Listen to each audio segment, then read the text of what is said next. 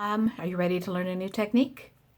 Today I'm going to show you something, a new way to make backgrounds using glossy photo paper like the ones you get with your printer inks, like your inkjet printer inks, and Distress Oxide inks. Now there are different kinds of inks that are out there. There's Distress ink, which is just a regular ink, and that is completely different than this one here. This one is called Distress Oxide. And these colors here, these Distress Oxides, tend to have a reaction to water and cause it to have a different effect, kind of like you see here on the cover of the stamp, the ink pad here. It has a distressed look to it. So today I'm going to show you how to make this background. It comes out really cool looking, sort of like this. But let me show you how this works. So what you're going to do is you're going to need to have a glossy surface. In my case, I have this brown Tim Holtz Ranger ink mat. And this is great because you can get anything on it. You can put paint on this thing and you can then wipe it up with the baby wipe and it will disappear. So it's like a slick surface. It's also really good for things like a heat gun and stuff as well because it doesn't melt under the heat of the heat gun. So what you're going to do is you're going to go ahead and take a piece of this glossy paper. You're going to go ahead and set your inks aside here. Let me get the lids off of these real quick. And this is going to be messy, but it will be fun in the in the end. It'll be a lot of fun. You'll like the turnout. So as you can see, I don't have very many colors of Distress Oxide inks, but that won't matter because if I have just a few of these things and I'm going to mix them, it will turn out to be really cool. This is also called a smushing technique because what you're going to do is you're going to go ahead and take, for instance, say this Lucky Clover, and you're going to sort of rub it down on your mat like this in a little circle. Let's see what other color do I want. Maybe a blue. You're going to sort of put that there as well. You don't necessarily want to mix them because you don't want to contaminate your pad, but you can sort of put them next to each other. And let's see, let's put like a pink. Okay, so we just sort of rub these things down here. Next, you're going to take a little spray bottle of just plain old water, and you're going to go ahead and liberally spray water all over the ink. And you can see it beading up there on the mat. Next, you're going to take your paper, your photo paper that you have, and on the glossy side, you're going to turn it upside down, and you're just going to smush it into the ink that's on the mat. It doesn't matter. You want them to overlap. You want them to mix. You want to drag it. You know, whatever you want to do, okay? So you're just basically going to try and get ink all over the paper. Then what I do is I don't worry about this for now. What I do is I take this piece of paper and my heat gun and I dry this with my heat gun. So it'll be loud here for just a second, but let me go ahead and show you what happens next, okay? So you're going to go ahead and heat it until it's really dry.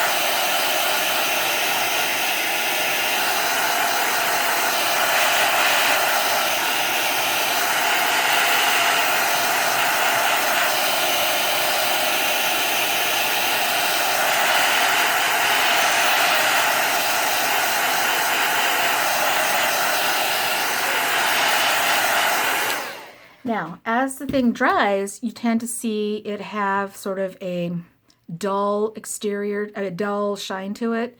And when you touch it, it has sort of like a powder feel over the top. Don't worry about that for now. Just go ahead and take your paper, once it's dry, and start dropping it back into the mess that you have on your desk, like this. Okay? Then you can go ahead and wipe this up because it's getting to where it's getting to be mostly blue. You're going to go ahead and heat dry this again.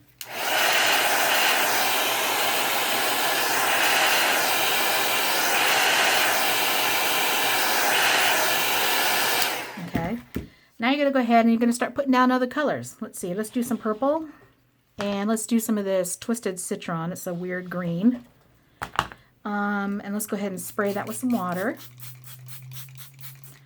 Now, on here, you'll notice I don't have any of that purple or that color green. I have different other colors of greens and blue greens. But now I'm going to go ahead and just start dropping that in as well. Okay. You're going to see that they sort of sit on top of each other. They sort of mix in some areas. And you look like you might have a ton of green over here. but it won't matter. Just keep mixing and mixing until you're happy, okay? So let's see if I can get some purple over here. Okay, now I'm going to go ahead and wipe this up, the wet paper, dry paper towel. I'm going to go ahead and heat dry this again.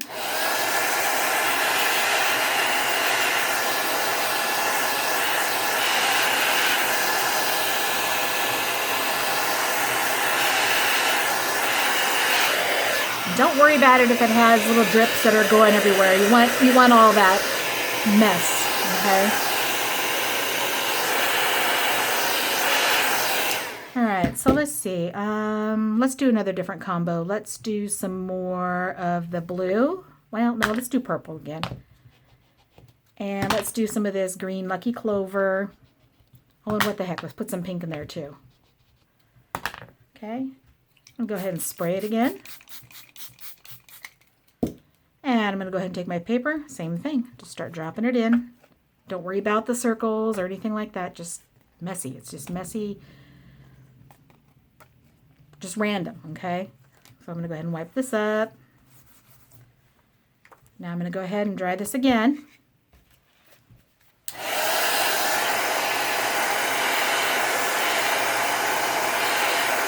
It usually doesn't take very long for it to dry because of the glossy paper.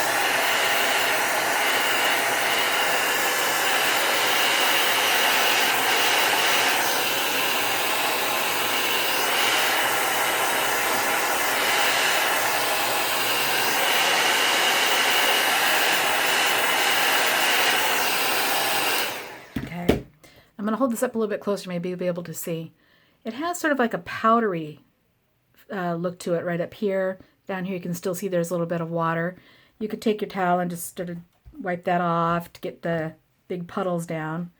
But whatever you do, make sure it's nice and dry.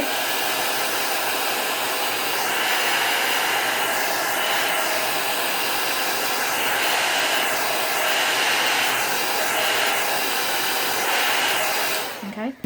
So now it's nice and dry, and it has that powdery feel to it. When you touch it, it comes off on your fingers. So what I like to do at this point is take a dry paper towel, and I take it, and what I do is I sort of buff it. Now you'll see here, bam, look at all that color that comes out. I didn't use any orange, but because of the mixing and the oxidation from the Oxide inks on the photo paper causes a reaction that causes it to do this. So I'm wiping off the distressed layer at the top, the powder Oxide, and underneath you get this random, beautiful, rainbowy color. It's just really, really beautiful. Okay.